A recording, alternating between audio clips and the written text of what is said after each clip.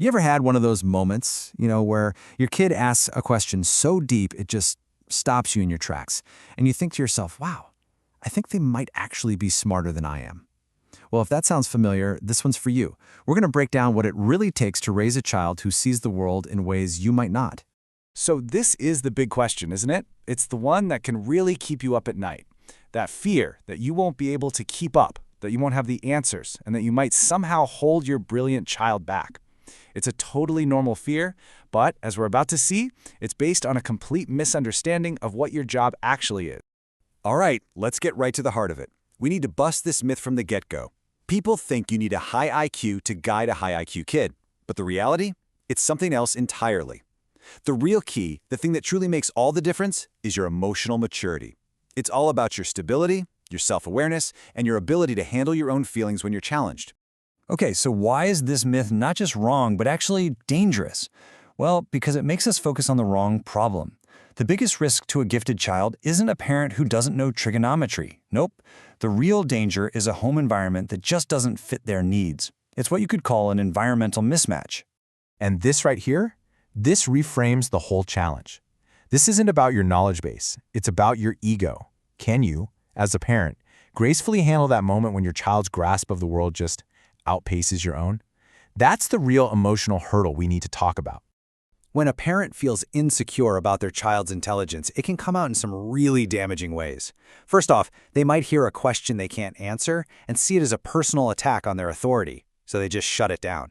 Second, to deal with their own feelings of inadequacy, they might become super controlling, micromanaging everything. And third, they can turn their kid into a trophy, pushing them to achieve, not for the child's own good, but to prove the parent is a success. So, if your job isn't to be the all-knowing teacher, then what is it? Okay, let's pivot from the problem to the solution.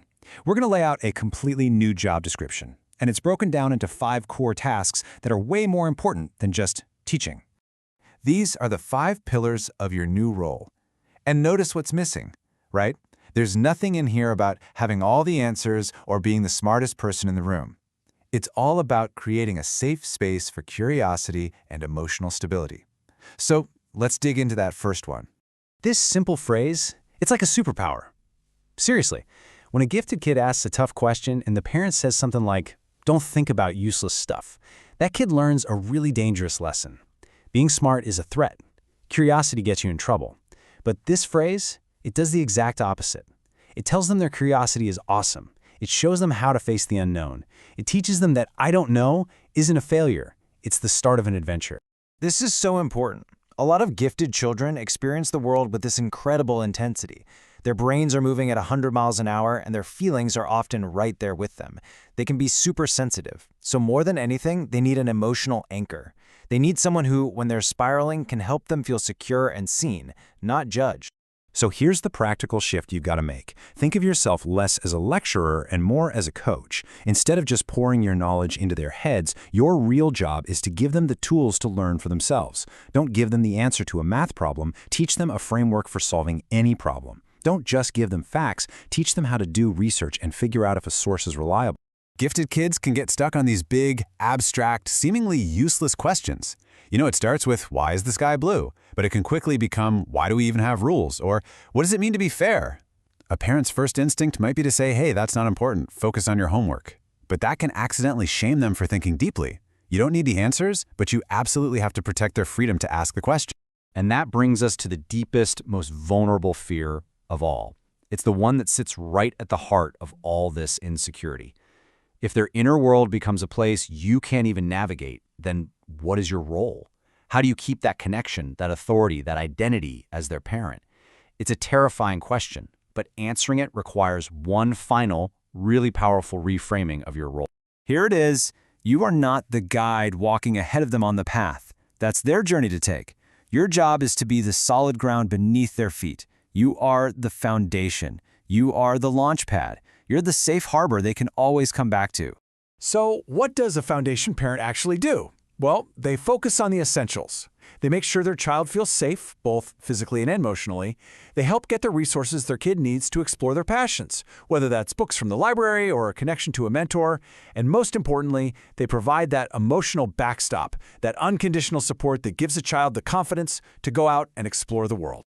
Just think about what these traits mean. A foundation parent is totally okay saying, "I don't know."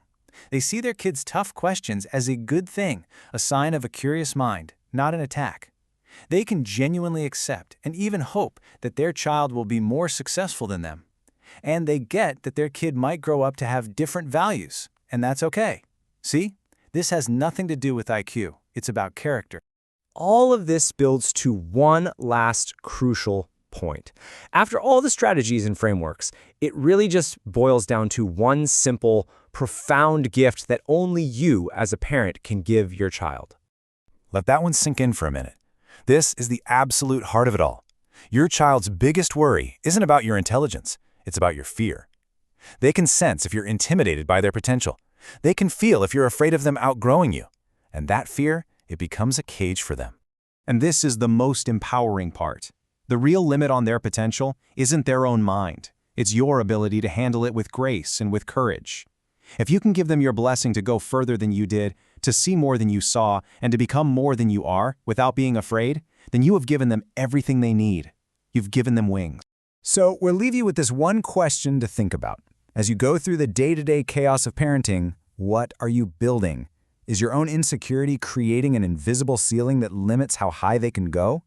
Or is your emotional maturity creating a solid, stable launch pad from which they can soar?